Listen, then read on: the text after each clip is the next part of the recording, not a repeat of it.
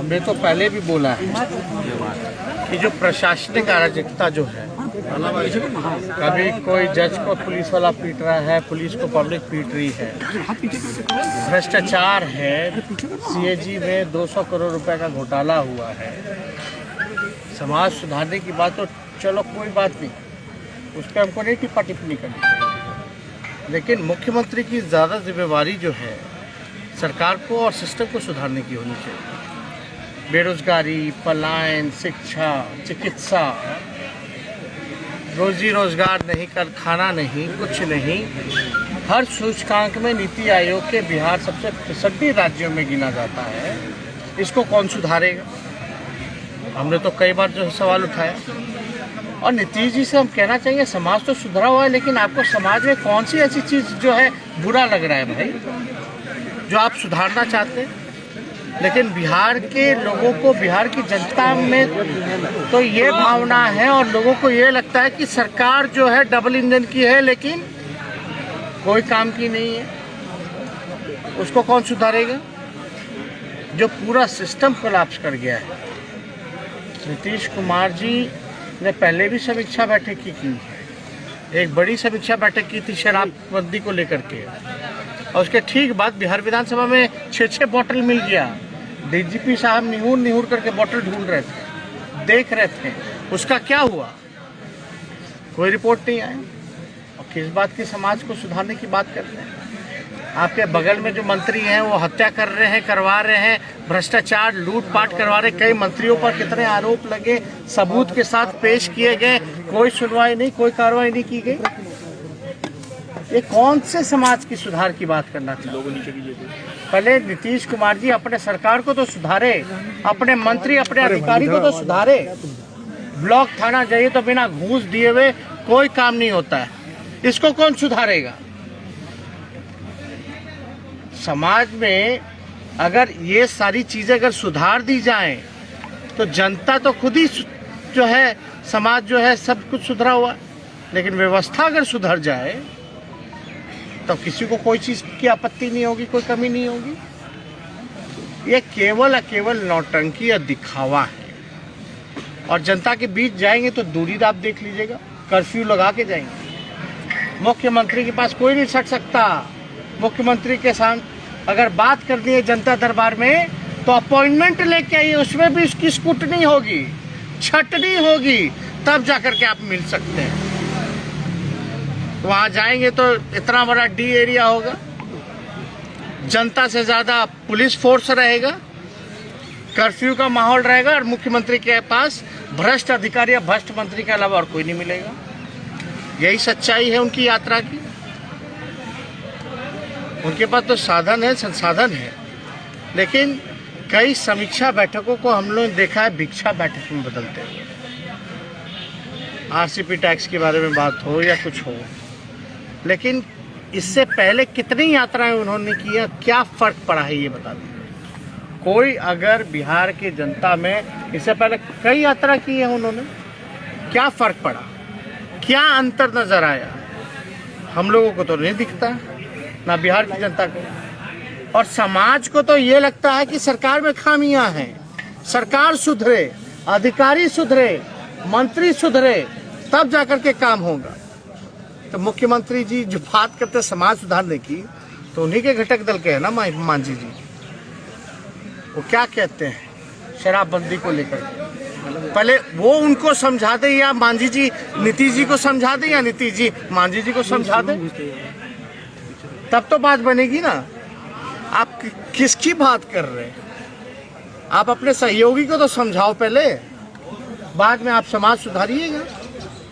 और वैसे भी मुख्यमंत्री जी जो हैं चोर दरवाजे से आए हुए थके हुए मुख्यमंत्री हैं, और बिहार की जनता पसंद भी नहीं कर रही है उनको। कोई काम करने का नया तरीका नहीं दिखा, कोई नया विजन, कोई नया रोड मैप बिहार को आगे ले जाने का नहीं दिखा।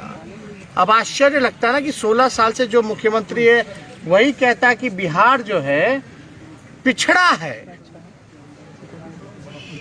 इसको स्पेशल मदद की जरूरत है। आप एक तो पिछड़ा है तो 16 साल से आप मुख्यमंत्री, आप जिम्मेवार हो। और आप मदद किससे मांग रहे हैं? आप तो सरकार में हैं, भारत सरकार में आपके मंत्री हैं, आप पार्टनर हैं, सहयोगी हैं, तो मदद क्या मांग रहे हैं आप भाई?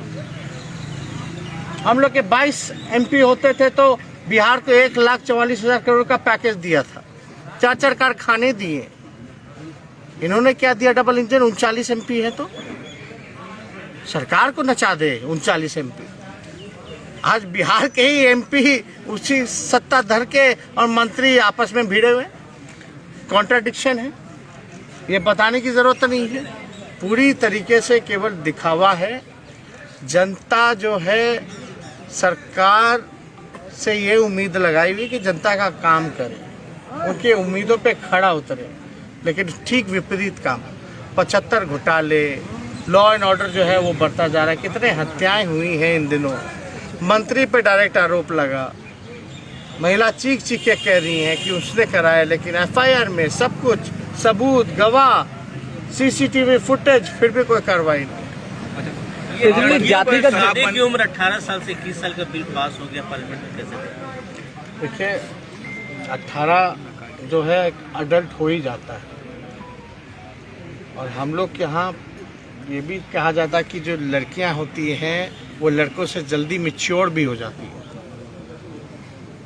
जो एक साइंटिफिक भी कहिए या हर एक तरीके से। लेकिन अब 18 से 21 कर दे, 22 कर दे, इससे हम लोगों को इस पर कोई टिप्पा टिप्पणी नहीं करना, हम लोगों को कोई आपत्ति नहीं। और आजकल तो सब लोग शादी ब्याह भी तो लेट ही कर रहे हैं। आप देखिएगा कहाँ कोई अब 18 साल में या 17 साल में।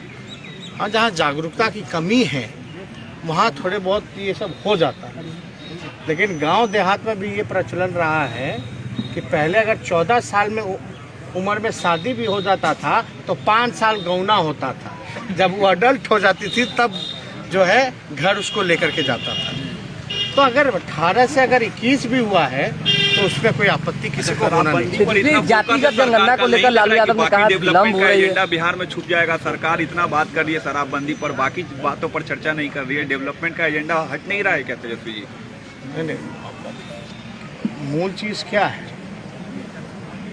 जिस चीज़ को चुनाव के एजेंडे में हम लेके गए थे, पढ़ाई, दवाई, कमाई, सिंचाई, सुनवाई और कार्रवाई, इसके तो बात ही नहीं हो रही। शराबबंदी भी अगर बंदी है तो बंदी करवाएगा कौन? कि खाली पेपर पे लिख दीजिएगा। अब मान लो बिहार विधानसभा में बॉर्डर मिला तो बॉर्डर क्रॉस करके ना आया होगा, कितना जिला क्रॉस करके आया होगा, ये कौन रोकेगा? चौकीदार बैठे धरने पर, चौकीदार धरने पर बैठे हैं, कह रहे हैं कि इंफॉर्मेशन देते हैं तो हमारे ऊपर ही जो है जान पर बन आती है। वही हो रहा है। आप देखिए ना, जो डकैत है उसी को जो है चोरी रोकने की जिम्मेवारी मिल गई है। जातिगत जनगणना को लेकर लालू यादव से ज्यादा चौकीदारों को जातिगत जनगणना को लेकर लालू यादव कह रहे हैं कि लेट थोड़ा चूहा शराब पी जाता है ना थाने से, कौन है वो चूहा? 100 से ज्यादा थाना में सबसे बड़ा चूहा कौन है जो शराब पी जाता है? तेजस्वी, एक सवाल। नीति आयोग की रिपोर्ट जब से आई है तब से मुख्यमंत्री और उनके तमाम पार्टी के लोग हैशटैग चला रहे हैं कि प्रधानमंत्री यह ध्यान दे और विशेष राज्य के दर्जे की मांग जो है दोबारा उठने लगी। आपकी पार्टी भी इसका समर्थन करती है? नहीं, हमारे मनोज झा जी ने राज्यसभा में ये प्रश्न जो है ये उठाया था कि बिहार को विशेष राज्य को दर्जा जो है वो मिलनी चाहिए। जब राबड़ी देवी जी मुख्यमंत्री थी, जब बिहार झारखंड अलग हुआ तो जो हमारा जो रिसोर्स था वो झारखंड में चला गया, जो खाद था, माइन था, ये सारा उधर चला गया। तो हम लोगों को क्योंकि बिहार, उत्तर बिहार सूखा और बाढ़ से जूझता रहा, एक लैंडलॉक्ड स्टेट है, तो इसके लिए हमको अगर आगे आना है तो अटल जी से उन्होंने गांधी मैदान में जो आंचल फैला करके विशेष राज्य के दर्जे की मांग की थी।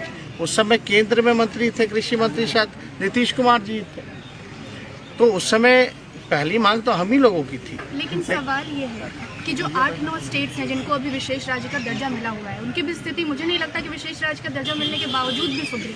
तो हम जब भी डेवलपमेंट की बात करते हैं और 16 साल मुख्यमंत्री होने के बावजूद आप फिर वही राग अलापते हैं। अब जिसको भी आप जैसे एक आध एग्जाम्पल अगर आप हमको दीजिएगा स्टेट का, तो हम उस पर थोड़ा हम गौर करके हम बता सकते हैं। अब मान लीजिए नया जो आंध्रा बना या तेलंगाना बना, तो वहाँ का जो कैपिटल जो है उसको एक विशेष दर्जे की बात की गई थी, जो पैकेज की बात की गई, उस पैकेज का 10% भी नहीं दिया। तो जब आप पैकेज की घोषणा करते हैं और पूरा पैकेज वादा पूरा नहीं करिएगा तो फर्क कहाँ से नजर आएगा? कहने के लिए आपने दे दिया, लेकिन जो चीज मिलना चाहिए वो मिला ही नहीं। एक आपकी है पार्लियामेंट के दोनों हाउस से चुनाव सुधार बिल पास हो गया है और वोटर आईडी कार्ड से जोड़ने की बात हो रही है। कई विपक्षी दलों ने इस पर अपनी नाराजगी, आप लोगों का क्या इस पर? वोटर आईडी कार्ड हटा दें, 2 आधारे पे वोट दिलाओ। सरकार भी चुनाव से पहले क्यों? आप एक बात समझिए, पूरा पंचायत का चुनाव चला, पूरा पंचायत का चुनाव हुआ, अभी संपन्न हुआ, कहीं भी आरटीपीसीआर रिपोर्ट की मांग नहीं की गई उस चुनाव में, और बात तक चला बाई इलेक्शन के, लेकिन बाई इलेक्शन में आपको आरटीपीसीआर रिपोर्ट भी चाहिए। कुछ हम लोगों को आपत्ति, महिलाओं के लिए अलग से बूथ बनाया गया क्या? पंचायतों के चुनाव में महिलाओं के लिए अलग से बूथ बनाया गया?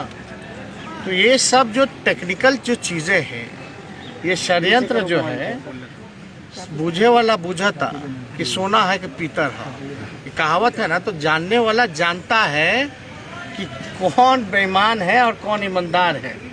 तो ये जो तरीका जो लगाया जा रहा है आपका, मान लीजिए गांव देहात में कितना लोगों के पास आधार होगा, यानी वो सब वंचित रह जाएंगे वोटों से। आप कहते हो डेमोक्रेसी, लोकतंत्र मेरा सबसे बड़ा है दुनिया का, तो किस बात का लोकतंत्र भाई? आप लोकतंत्र में अपने ही लोगों को, नागरिकों को वोट से वंचित रखिएगा, ये लोकतंत्र है क्या? तो वोटर आईडी क्या होता है? वोटर आईडी की परिभाषा क्या होती है? वोटर आईडी इसलिए ना बनता कि ताकि बूथ पे जाके वोट दें, अब उसका मतलब ही नहीं रहेगा। आधार से लिंक कराइए, या तो सब खत्म करके एक एक चिन्ह रखिए, आधार पे सब चीज होगा। प्राइवेसी, सब आईडी खत्म ही कर दीजिए। प्राइवेसी लीक, जातिगत जनगणना को लेकर ये सब देखो, यूपी का चुनाव आने वाला है, समझे? ठीक, चुनाव जब ये सब हो जाएगा, अब मान लीजिए जो आवेदन देगा आधार बनाने के लिए, इतनी बड़ी संख्या में क्यू रहेगा, पेंडिंग रख दोगे बूथ वाइज अपना रिकॉर्ड दे करके, कहाँ आपका बूथ है, कहाँ उसका बूथ है, उस बूथ वाले लोग को आप पेंडिंग रखो, बाकी सबको लिंक कर दो। सब षड्यंत्र सब लोग समझ रहे हैं। जातिगत जनगणना ऐसा नहीं होना चाहिए, होना चाहिए तो इसके लिए पर्याप्त समय, और जब तक किसी का सबका लिंक नहीं हो जाता तब तक चुनाव मत करो।